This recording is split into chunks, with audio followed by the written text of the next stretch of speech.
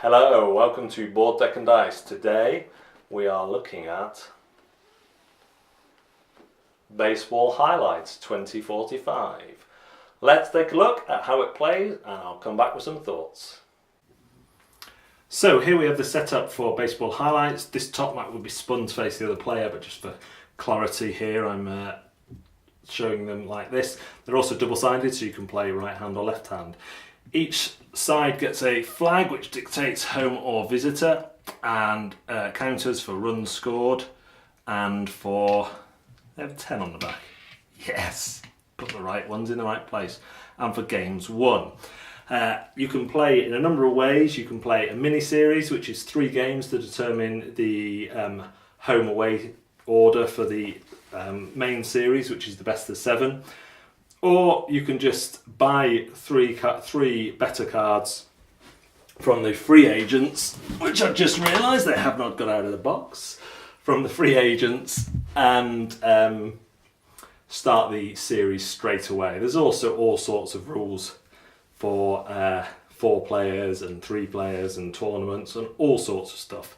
So each player will deal 6 of their starting cards. And these have a number of things on them. Now, I'm not a baseball fan, believe it or not, so it's hard to... some of the rules aren't quite as obvious to me as they might be to people who like baseball, but we'll give you a general overview. So this card is worth 2 points for buying a new card should you play it this round. All cards played on top of each other in the middle on the in-play go into the their values all added together to buy new cards. He will hit a double, and he's a slow runner, which is one of the white ones. So here we have one that has a special power, a knuckleball, reduce all hits by 1 base, so that's a defensive power. He has an average runner, which is the blue ones, and he is a pinch hitter. Now, pinch hitters mean you can discard these out of your hand to draw the top of your, what's this called? Lineup card and play that instead, or your on deck card. You see, you can take one of these cards, which might be useful later, play it down there, tuck it underneath, I haven't got room to tuck it underneath, and then draw another card, so it's a good way of getting another card. And later on, any with this kind of symbol down here can be discarded to get that card. So the rounds follow the same basic way. A player will play a card from their hand to the in-play area. If there is an instant action, they will take that. On the first round, there's not likely to be, unless it's a instant run. They will then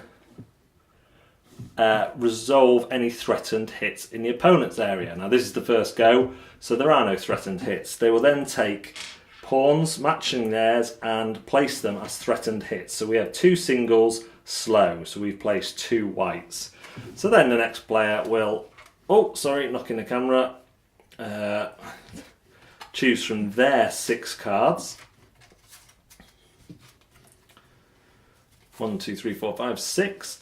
And let's say they play this one, and their instant effect is to cancel 1 hit. So they cancel one of these.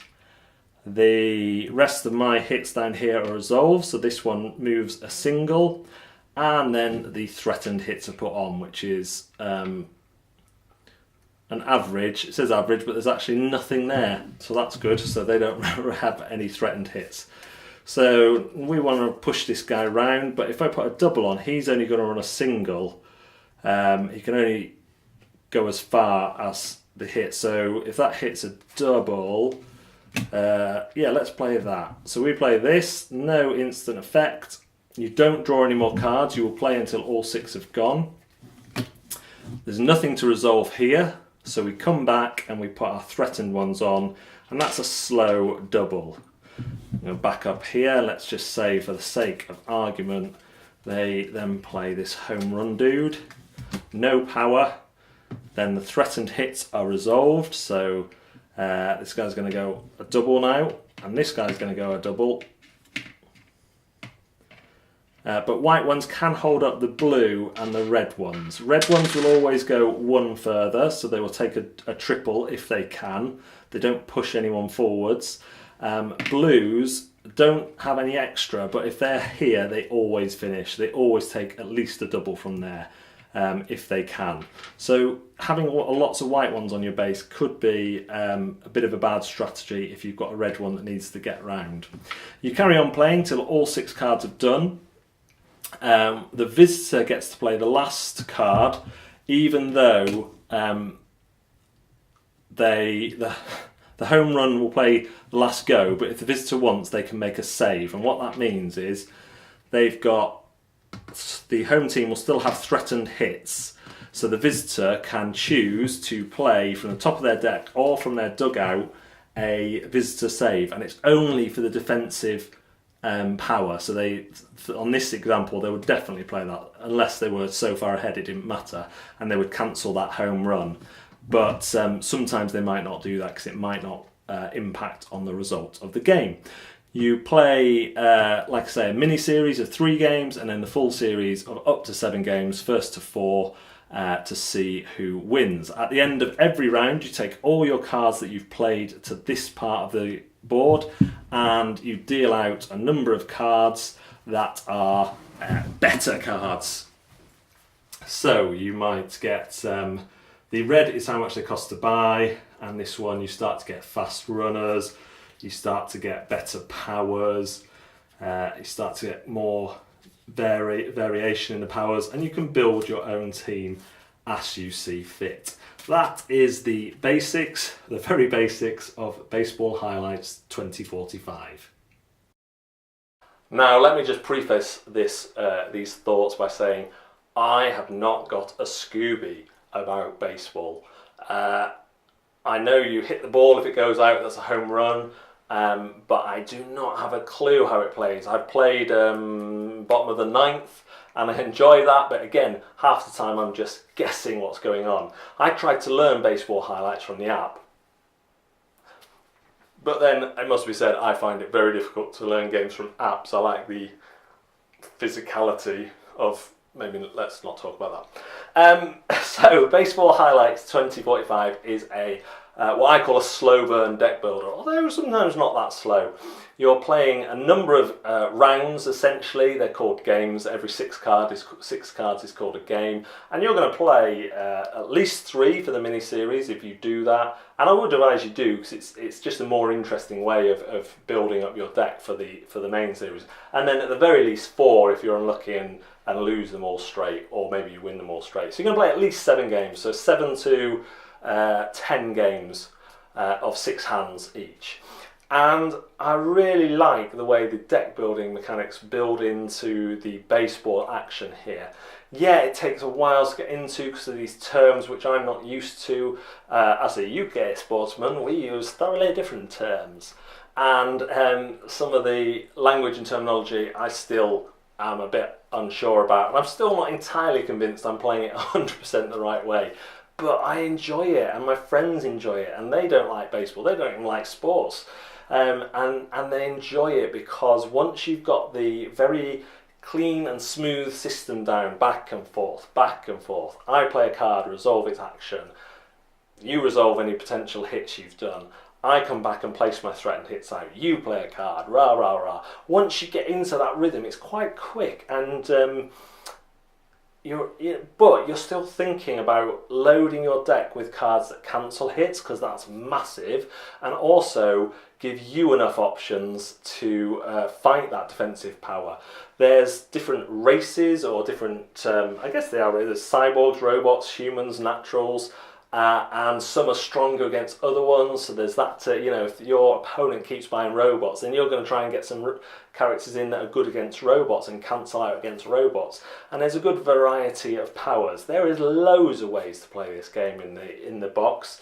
I like the fact, I've never seen it before, but I like the fact the player mats can be left or right-handed. Nice little touch. And I like the way everything's represented with those pawns that can go faster, or the faster ones or the slower ones, and the way you have to really think about when you use those. The pinch hitting or the on deck card is really important as well, keeping that one sly under there, which might just be a fake out or might just be a really good defensive power that you're not sure you want to use. And I like upgrading my team, you know, that's half the fun. But then of course you're using the ones that you've played in the last game, and any that you replace, any cards that you take, you have to remove from the cards you just played. I don't think I explained this in the video. So if you've just played all your good cards, then you want to buy something, you're going to have to discard some of those good cards to the minor leagues. So really, you want to be playing your rookies as much as possible at first to replace them with these good free agents. But sooner or later, it's going to come that tough decision between, do I replace one that's been really good for me for that specific one for this next game, or do I just keep it? And then you go straight into the next game, and I really like that in a deck builder, when you're getting to use these cards as soon as possible. I love that. I love the powers in Star Realms that let you put your ships on your top of your deck, so that's coming out next round. So I really like it. I really like deck builders. Let's go through my kind of little lot. Does it make a word like Z on the dice tower? Pretended I forgot what it's called.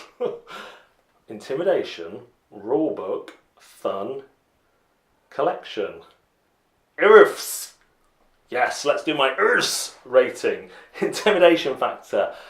That entirely depends on your knowledge of baseball and deck builders. I did okay because I know deck builders, but my baseball knowledge is nowhere to be found. So there is an intimidation factor on this for me, and that gets, you know, it's not the simplest game in the world. Not one that I would play with newcomers, not a first deck builder that I would introduce to people either, because it kind of is a bit slower burn than some of those. So there is an intimidation factor there.